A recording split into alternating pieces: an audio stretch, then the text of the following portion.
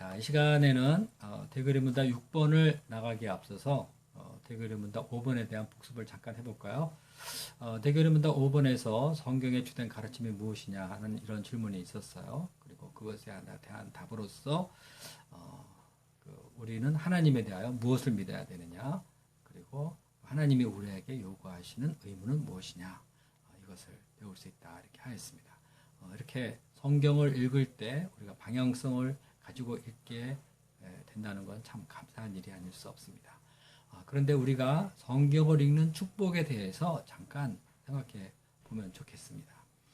우리는 흔히 역사를 공부하면서 중세를 암흑의 시대다 이런 말을 했었죠. 물론 중세가 과연 그렇게 캄캄한 시대였느냐 하는 것에 대한 반론도 많이 있지만, 어쨌든 우리 역사 속에는 중세는 암흑기였다 이런 말이 있는 것은 분명합니다. 이것에 대한 이유로는 이제 르네상스 시대가 시작되면서 르네상스 시대의 그 자유로운 분위기, 또 인간 이성의 자유로운 활동, 이런 것도 보장이 되었고요. 그래서 교권으로부터 이제 교권의 억압으로부터 벗어났다. 자유롭게 생각하고 자유롭게 자기가 가진 재능을 발휘할 수 있다. 이런 것을 생각해 볼 때 이제 그 르네상스 이전의 중세를 보면 그 시대는 정말 아무것도 할 수 없었던 그런 시대다. 암흑시대다. 이런 말이 나오는 거죠. 교회사적으로 볼 적에도 이런 의미가 좀 있습니다. 중세 때는요, 성도들이 성경을 볼 수 없었어요. 자, 성경은 어떤 거예요? 우리가 시편 119편 보면은 말씀을 열면 내게 빛이 비추어, 이런 말씀이 있잖아요.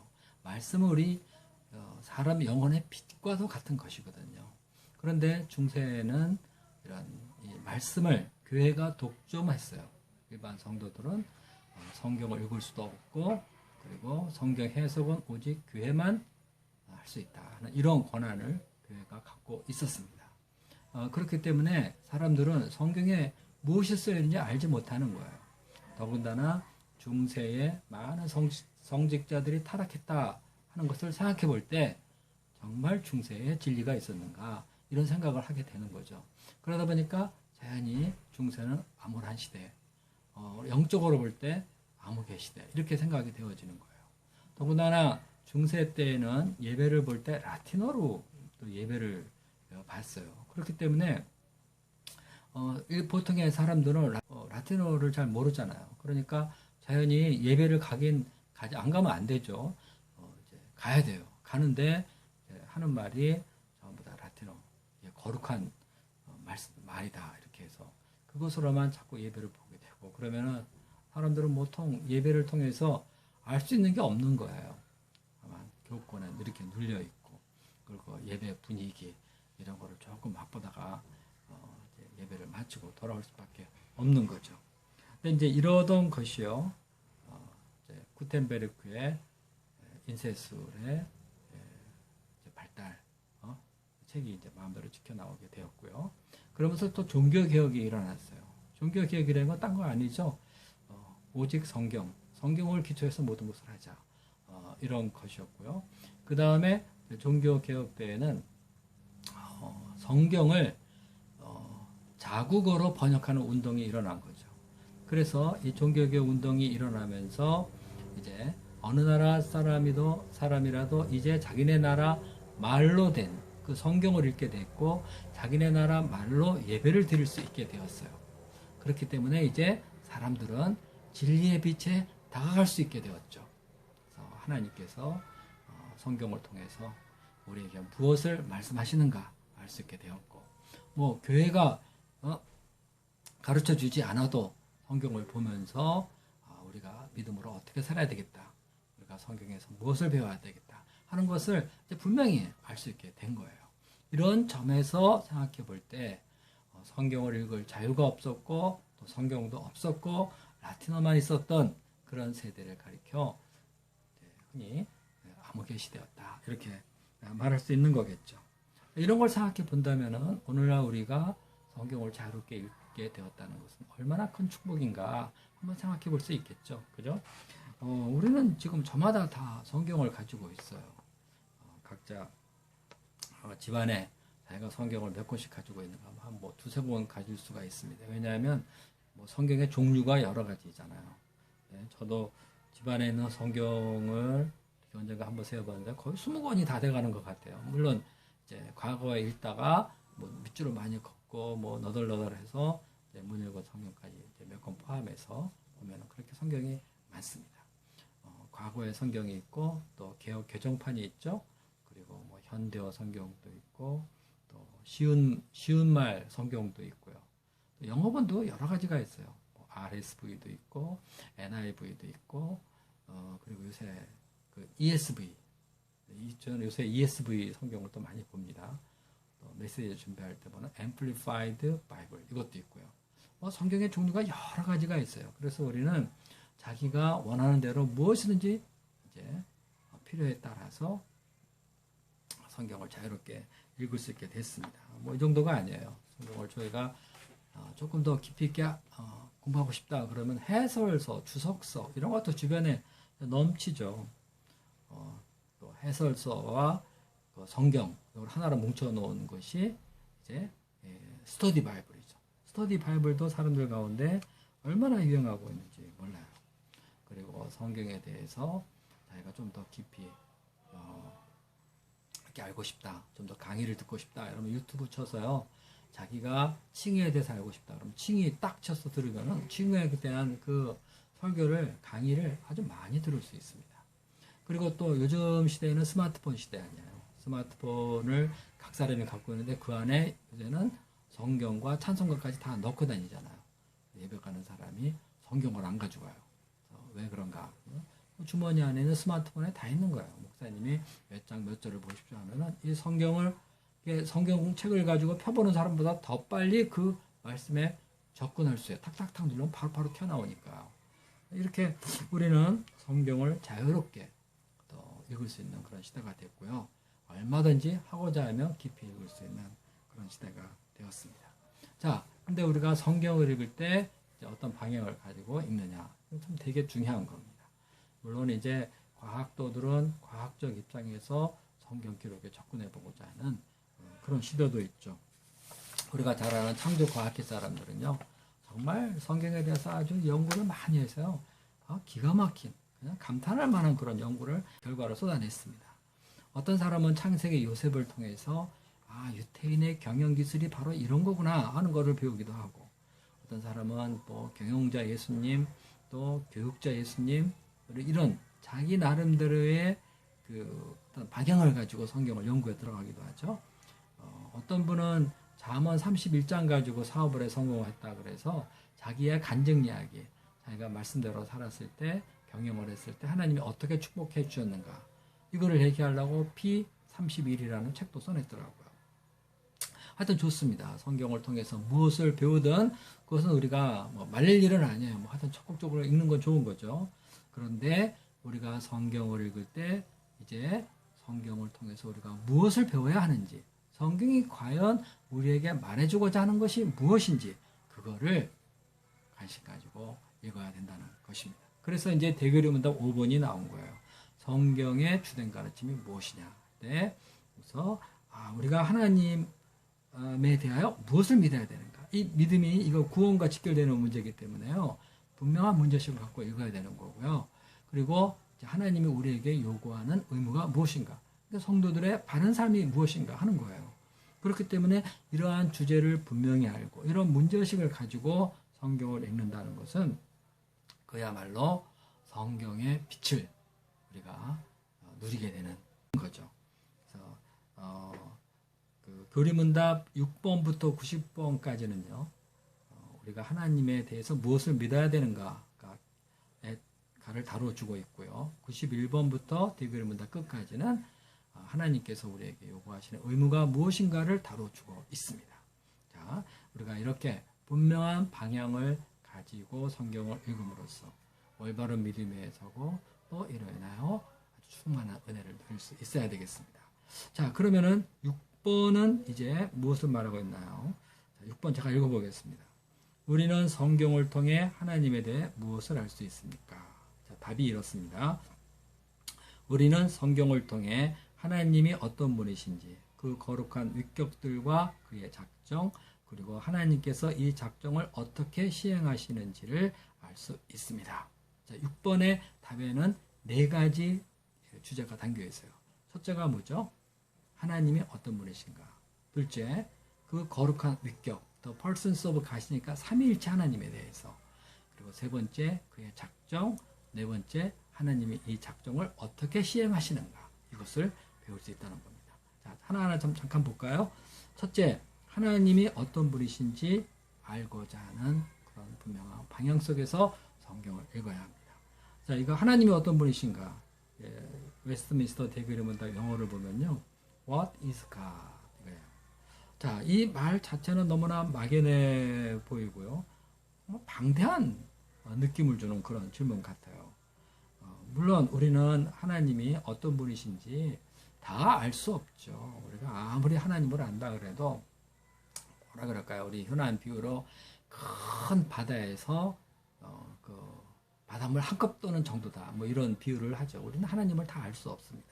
그럼에도 불구하고요, 하나님께서는 성경을 통해서 하나님 당신이 어떤 분이신가를 우리에게 말씀해주고 계세요.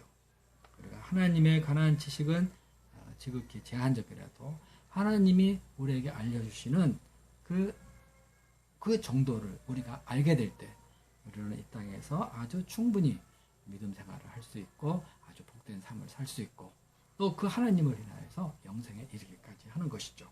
자, 그래서 이 교리문답 하나님은 어떤 분이신지 이거는 아주 중요한 질문이라고 여겨집니다.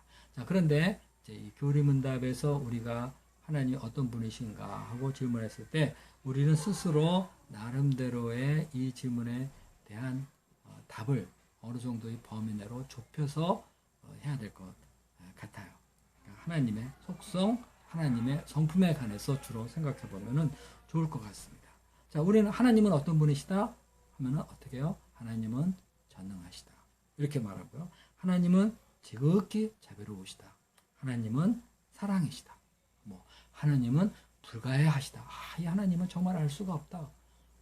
조그만 알 뿐인데 이해하려고 하면 할수록 점점 모르겠는 거죠. 하나님은 불가해하시다. incomprehensible 이렇게 얘기를 했어요.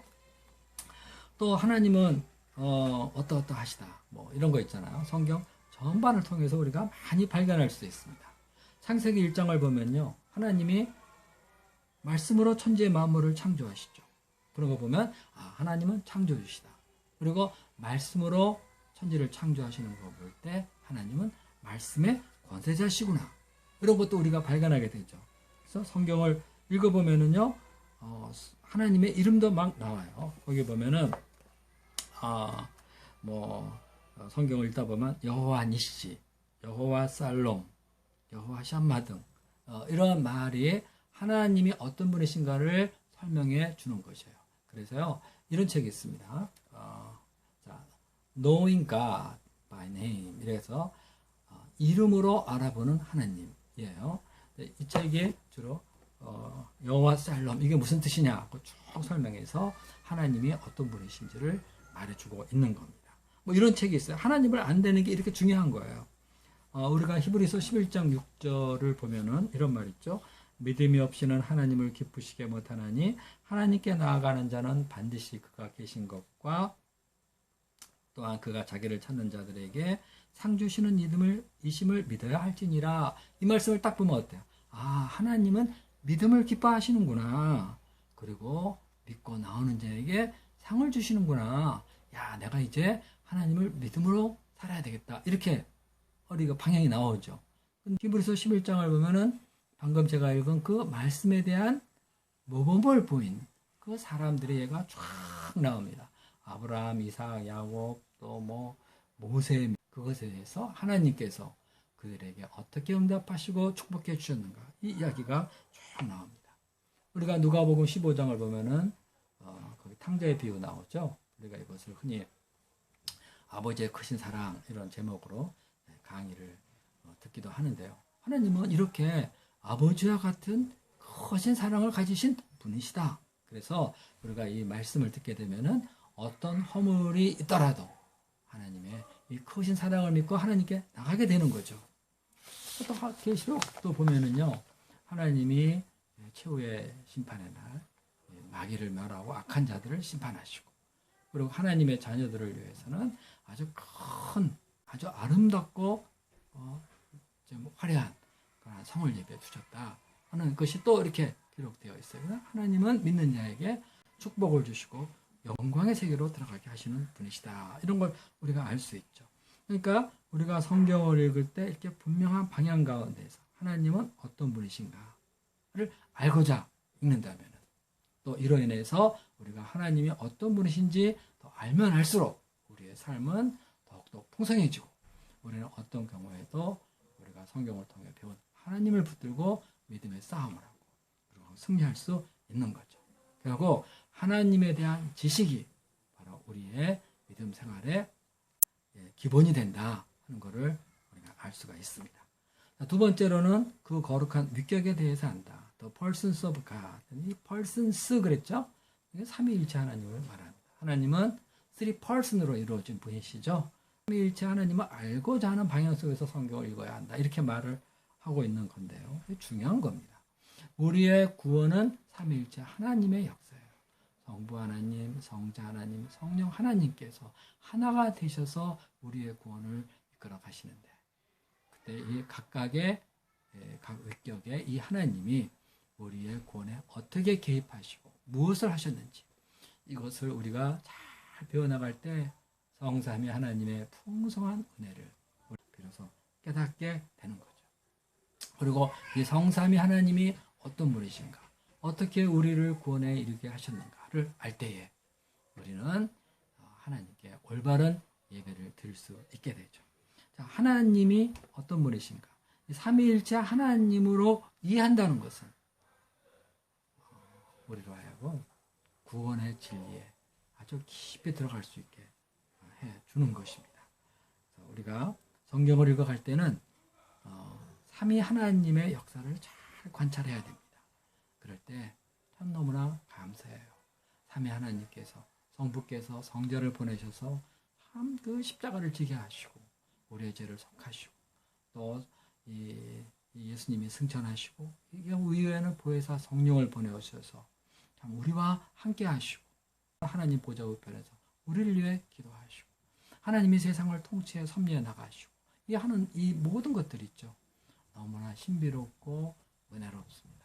어떤 종파에서는 삼위일체 부정하고 하나님은 한 분이시다, 삼위일체 그런 거 없다 하고 구원 약사를 쭉 설명해 나가려고 하는데요. 빈약합니다.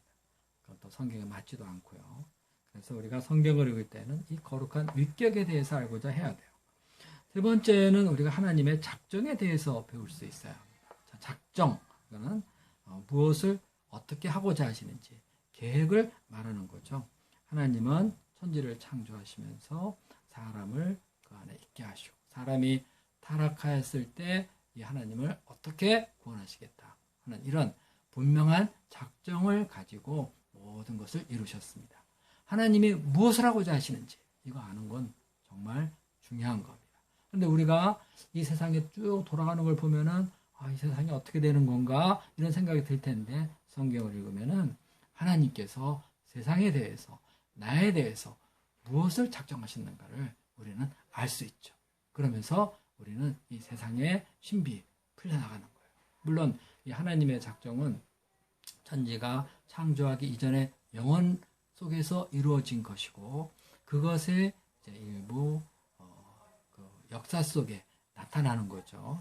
역사는 하나님의 작정의 실현의 장이에요. 그러나 우리 눈으로, 우리의 지각으로 하나님이 무엇을 작정하시는지는 다 알 수는 없지만, 그러나 성경을 통해서 우리가 분명하게 아는 것은, 하나님은 우리를 이렇게 구원하고자 하신다, 이렇게 축복하고자 하신다 하는 그 하나님의 계획, 그 작정, 그것을 우리가 알 수 있게 됩니다. 그러면 우리는 세상이, 이 세상이 어떻게 돌아가는 것인가 막연하던 것에서 벗어나서 아주 구체성 있는 시각으로 이 세상을 대할 수가 있게 되고 또 감사할 수 있는 거죠. 자, 넷째로는 이 작정이 어떻게 시행되어 가는가를 알 수 있어야 돼요. 자, 하나님은 작정하시고 자, 역사 속에서 이 작정을 시행해 나가시는데 하나님께서 이것을 어떻게 정말 이뤄가는지 하나님께서는 성경을 통해서 우리에게 보여주십니다. 그래서 하나님이 예언자를 통해서 메시아를 보내주겠다 하시고 또 이 메시아는 그 예언대로 정확하게 오시고 그리고 우리를 위하여 대속하시고 부활하시고 승천하시고 하나님 우편에 올라가셔서 우리를 위해 기도하시고 때가 되면 다시 오신다. 그리고 악한 자를 심판하시고 당신의 사람들은 이제 영생에 들어가게 하신다. 그리고 영원한 하얀 나라가 이루어진다 하는 이런 하나님의 작정의 시행 방법 등 성경에 자세히 아주 기록이 되어 있습니다. 이것이 바로 성경을 읽는 축복인 거죠. 우리가 영원하신 하나님, 광대하신 하나님이 하시는 일은 다 알 수는 없지만 적어도 이 땅에 사는 동안 성경을 통해서 하나님은 우리에게 이것을 하고자 하시는구나 하는 것을 필요한 만큼 충분히 알려주십니다. 이것이 바로 성경을 읽는 복이라고 할 수 있겠습니다. 자, 우리가 성경을 통해서 하나님이 누구신지, 성삼위 하나님이 누구신지, 그리고 작정이 무엇인지, 그 작정을 어떻게 시행하시는지 이것을 알아가는 축복을 잘 누릴 수 있기를 간절히 기도합니다. 하나님께서 우리에게 성경을 통해서 이 모든 것을 계시하시면서 우리를 부르시고 우리를 동역자 삼으시는 것에 대해서 깊이 감사해야 되겠습니다.